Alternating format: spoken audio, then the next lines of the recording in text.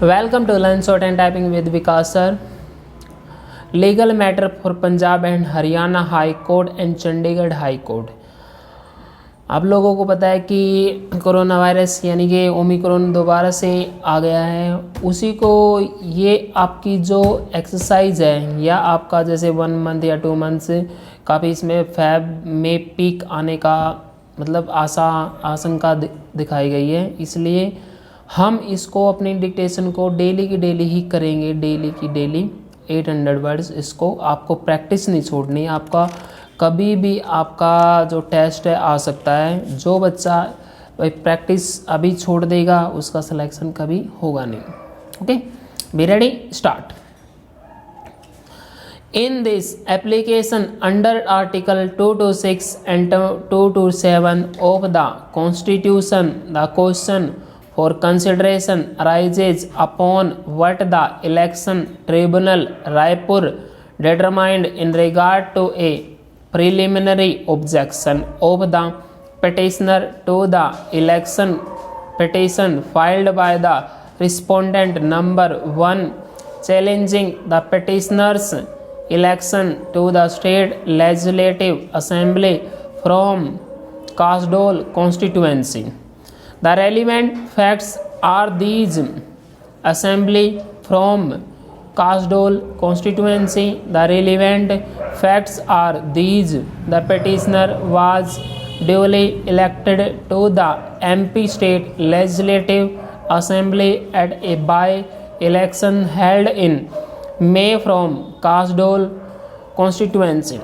The respondent number 1 who was defeated at the election filed an election petition praying that the petitioner's election be declared void as the petitioner was guilty inter alia of having committed certain corrupt practices enumerated in the petition. To support the allegations of corrupt practices and the particulars thereof, the respondent number 1 filed an affidavit along with the election petition. In his reply to the petition, the applicant raised the preliminary objection that the proviso to Section 23A of the Representation of the People Act 1951 hereinafter referred to as the Act required that if allegations of any corrupt practices are made in an election petition, then the petition should be accommodated by an affidavit in the prescribed form in support of the allegations of corrupt practice or practices and the particulars thereof, that this provision was mandatory, that the affidavit filed by the respondent number 1 was not in the form prescribed by Rule 94A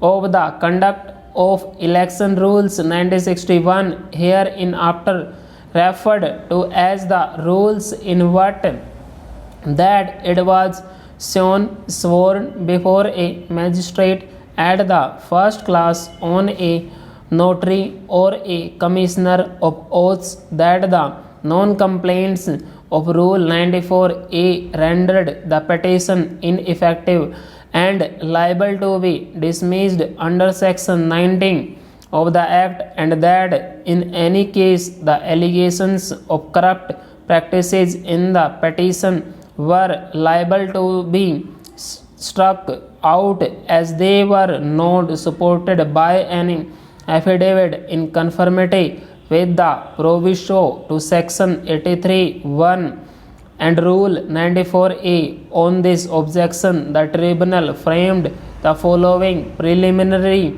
issues: whether the affidavit filed by the petitioner in support of his petition is bad in law as not properly sworn before a competent officer duly authorized to attest and authenticate an affidavit and does not comply with the provisions of section 83 of the act and the rules made thereunder question mark. If so, whether the petition is liable to dismissed on this ground question mark.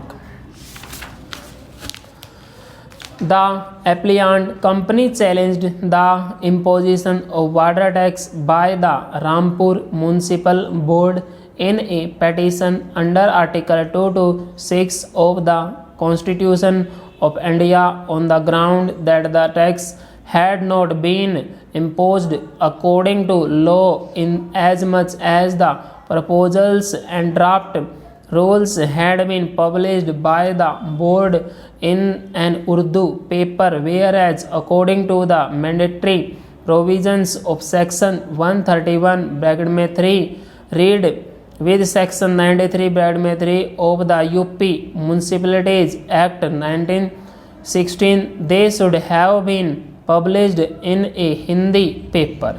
The High Court dismissed the petition but granted a certificate under Article 133(1)(a). The questions for considerations were whether the whole of section 131(3) was mandatory or the part of it requiring publication in the manner laid down in section 94(3) in a Hindi newspaper was merely directory, and whether the public in the government phase of the notification imposing the tax was not conclusive proof as provided in section 135(3) of the prescribed procedure having been observed. Section 131(3) can be divided into two parts. The first one providing that the proposal and drain rules for a tax intended to be imposed should be published for the objections of the public, if any,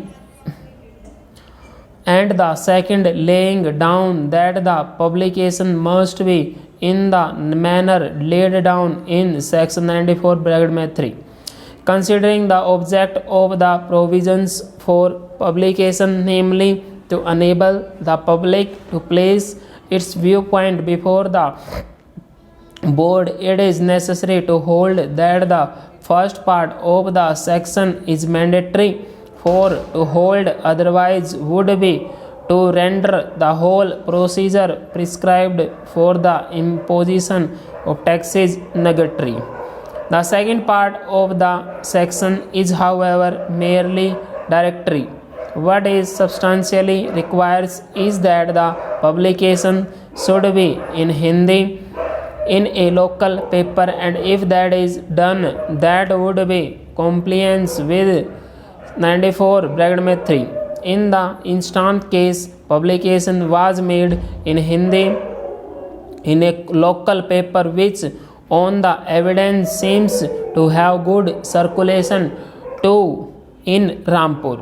There is no regularly published local Hindi newspaper. There was in the circumstances substantial compliance with the provisions of section 94(3). In this case, section 135(3) provides that a notification of the imposition of tax in the government gazette was conclusive proof that the tax had been imposed in accordance with the provisions of the act.